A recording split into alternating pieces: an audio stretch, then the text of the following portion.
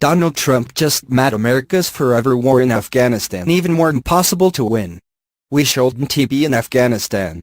It is the longest war in America's history, and no one can fully articulate why we are still sending young men to die in a country known as the graveyard of empires. Harrowing images like the one at the top of this story of Sergeant First Class Alvaro Barrientos are a reminder of the true costs of this aimless war. Our initial invasion made sense. We were attacked, and so we were launching a counterattack against a regime harboring our enemies. Now, our presence there is a symbol of the United States' commitment to the constant and rudderless ideology that is the war on terror.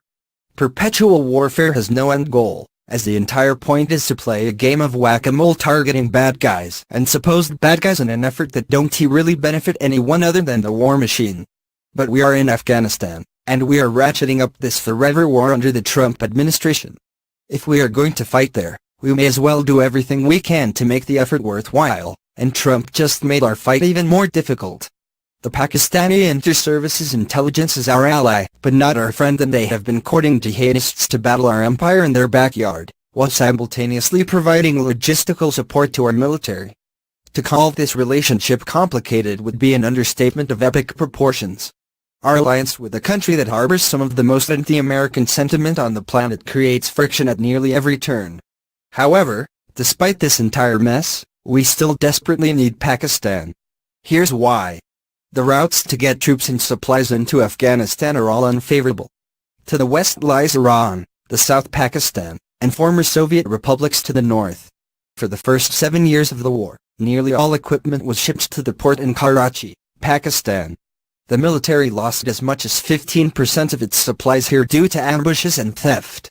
When President Obama ordered a surge of troops into Afghanistan, the military created a different supply route called the Northern Distribution Network.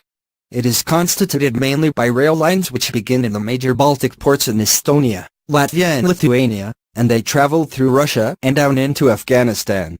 However, only non-lethal equipment was initially allowed on this supply line, which made Pakistan the only game in town as far as getting our soldiers the weapons they need to fight a war that has proven to be unwinnable. In 2009, Russia allowed U.S. troops and weapons to use the country's airspace to reach Afghanistan, but the rail lines remained limited to non-lethal equipment. On top of all this madness, the northern supply route costs 2 or 3 times as much as shipping them by sea to Pakistan. We're paying a premium to use our non-allies' assistance in order to avoid using our ally. Again, we shouldn't be in Afghanistan as the unadulterated mess that I touched on in the previous paragraphs demonstrate. But we are, so we should commit to providing our troops with the best support possible. Slashing funding to a military who has been providing us safe passage into Afghanistan does not help our effort, and it squeezes our limited supply routes even further. There are no reports that Pakistan is going to retaliate yet, but cutting hundreds of millions of dollars out of an agreement will never affect only one side. There will be some sort of pushback.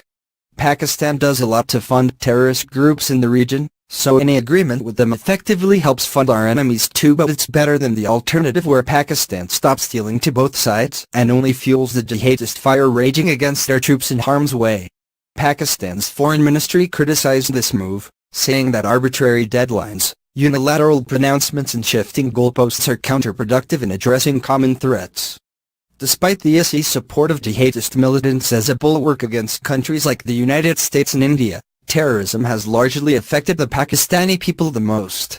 There is a sincere effort on the part of Pakistan to curb this violence, but given the corrupt nature of this nuclear-armed regime, another complicating factor to this gigantic mess, their priorities run into each other quite often. It's understandable to want to try to do something to push the ISI towards their better angels, but we're making threats from a position of weakness. Sure, Pakistan needs our military support, but money and weapons can come from anywhere. Supply routes are fixed. They have a kind of leverage that we simply don't. Again, if you're skeptical of my argument that we need Pakistan to succeed in Afghanistan, whatever that means, that is simply an argument to get the hell out of Afghanistan. I'd also love to hear how we will get weapons into Afghanistan without using Pakistan, given that our agreement with Russia ensures no weapons can travel on that rail line, and Iran, well, that is a pipe dream.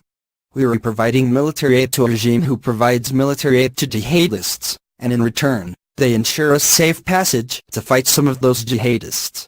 Alternative routes cost 2 or 3 times as much as shipping to the port in Karachi, and at the very least, this move by Trump will likely increase the monetary cost of our aimless war.